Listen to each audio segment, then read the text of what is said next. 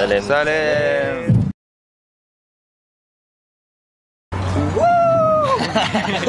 Күшті. Негізі күшті. Үлкен сахнаға шықтық. Керемет шоу болды. Ұйқым Өйткені біз көп дайындалдық Гакку дауысына. Би қойдық, жаңа би қойдық.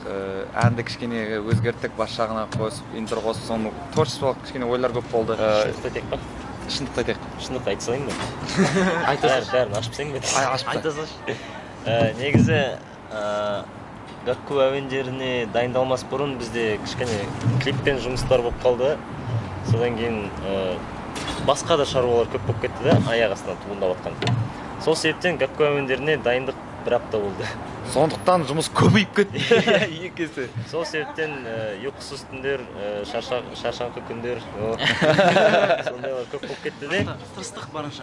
Барынша тырыстық, сол себептен андай қатал бағаламаңыздар. Ұйқы десең. Сол бір апта деді. Сол бір апта. Негізі кішкене ұзағырақ дайындалғанда, тағы 1-2 күн болса кем дегенде жақсырақ болар еді дәрі деп ойлаймыз. Және де бәрі дайындықтағыдай болған жоқ.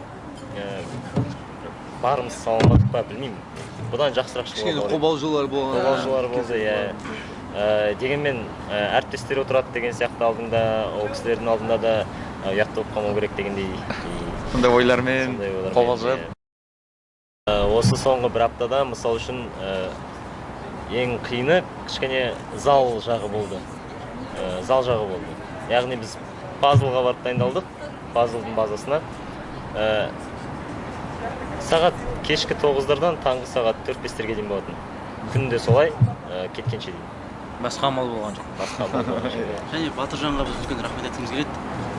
Шынымен де үлкен бір ерекше қойылым болды. Ол қойылымды басқа артистер де бағалады. Және пазл біз ойлаймыз, нағыз шоу қойылатын би командасы деп ойлаймыз. Жанардан болды ұсыныс, біз қуана қабылдадық ол ұсынысты. Мен оқып берейінші. Тоқта. Бұл жерін бізге айтуға болмайды дейді олар.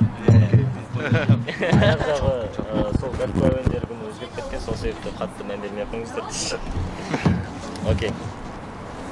Кеттік па?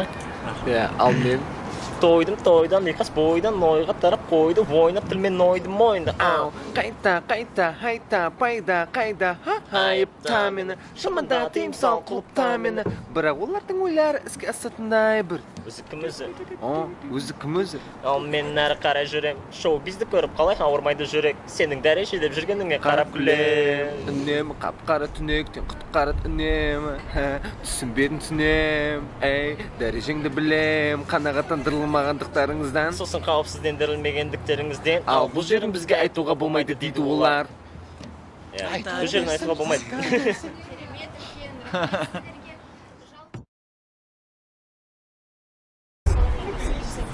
Болды мен есінде жоқ.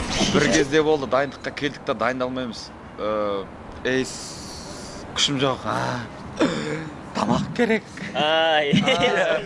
Сол кездер болды. Жүгіріп барып, сол дайындық бастамастан алдын. Біз сол кездер 7-де баратын болдық па? Нешеде баратын болдық? Ерте баратын болдық сол күні. 6-да бардық па? Ертерек дайындалғанбыз ғой деп соңғы күндер ғой. Бәрі бір сағат 10-да сол тамақта келіп жеп болып, деп жатам дегенше 9 болып кетті, бәрібір сол 9-10-да бастады. Баяғы уақытта бастады. Тағдыр ғой. Жылы Астаналық қыздар, Астанада жылы қарсы. әрдайым жылы қарсылады. Неждан шығып болды. Қандай? Неждан шығып болды. Вокзалдан күтіп алғанда неждан шығып болды. Өте күтпеді. Қалайды? Вокзалда. Неге? Қайдан білетін деп. Кім айтты? Сосын қысығы, сол Астана концерт бізде бітті ғой. Сол кезде олар көп бізді қолдады. Соңында да бүкіл артистердің бәрі шошып кетті. Шыға алмай жатыр есіктен, анаяқтан Иглздар таптап жатыр дегенде. Иглздарға сол үшін көп рахмет. Концертте өте күшті қолдау болды. Сол жерде басқа артистерде, басқа көрермендерде айтып жаттым. 91-ның көрермендері, қолдаушылары көп екен, мықты екен деп. Ешкімнен қорықпаңдар.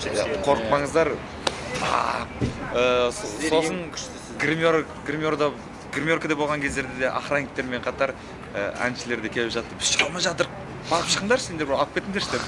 Иә, сондықтан бізде негізінде басқа ходтан шығарып машинаға отырғызып жіберейін деп жатыр. Сосын біз жоқ, біз Астанаға келе бермейміз олармен. Қолтаңба бетпен суретке түсіп кетейік деп әдейі шығып, сол суретке түсіп көрістік, біраз әңгіме-дүкен құрдық. Енді интернетке бұйырса шығар. Сондықтан сіздер мықтысыздар, сіздер күштісіздер, сіздерге рахмет.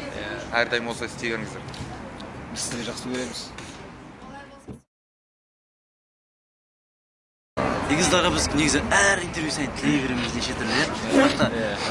Біздің айтатын затымыз бар, әрдайым ол жаңағы өз мақсаттарынан таймаңдар деген бастысы.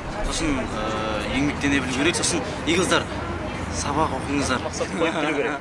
Яғни тек қана бір нәрсеге тоқталып шектеліп қалмай немесе жолда бүйтіп адасып жүрмей, нақты мақсат қойып барып, сол мақсатқа жету керек. Жүру жолмен.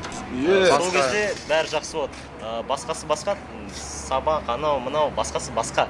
Былай қалады, егерде мақсатың нақты жақсы болса. Бірақ та мынаны ұмытпау керек та, ата-ана бәрі сабақты жақсы оқыған қалайды баласын. Егер баласы ата-анасының айтқанын істемесе, онда ол ата-анасын үмітін ақтамай айтқан деген сөз. Кез келген жақсы көретін ата-ана баласын жақсы жолға түсірген қалайды. Пікір талас. Сіз не ойлайсыз? Мен ойлаймын, былай ойлаймын.